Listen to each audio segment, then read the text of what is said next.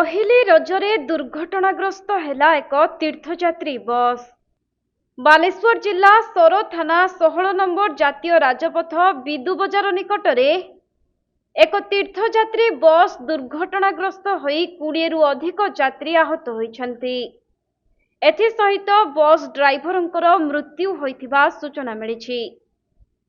तेबे जहा जना पड़िछि आंध्रर एक तीर्थयात्री बस 50 रु अधिक तीर्थयात्री को नहीं दीघारू पुरी को फेरुथिला, किंतु भोर समय रे ड्राइवर रो आखि लागि जिबारु हठात बस टी डिवाइडर सह पिटी होइथिला।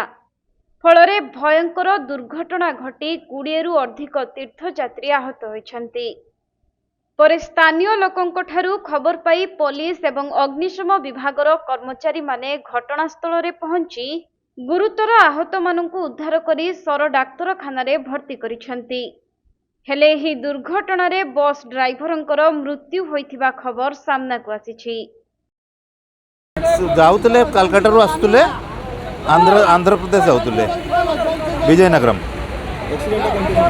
एक्सीडेंट तो आम स्पॉट रे देखिनु, तथापि जो जना होची डिवाइडर को ड्राइवर करछि लॉस ऑफ बैलेंस। केते लोक पाखापाखि थिले इंजर्ड पाखापाखि 20 रु 22 जन पाखापाखि होइछन्ति।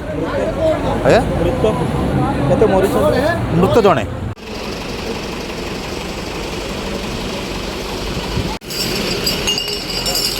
बालेश्वर जिला सोररू सुमंत दासंक रिपोर्ट, कोणार्क लाइव।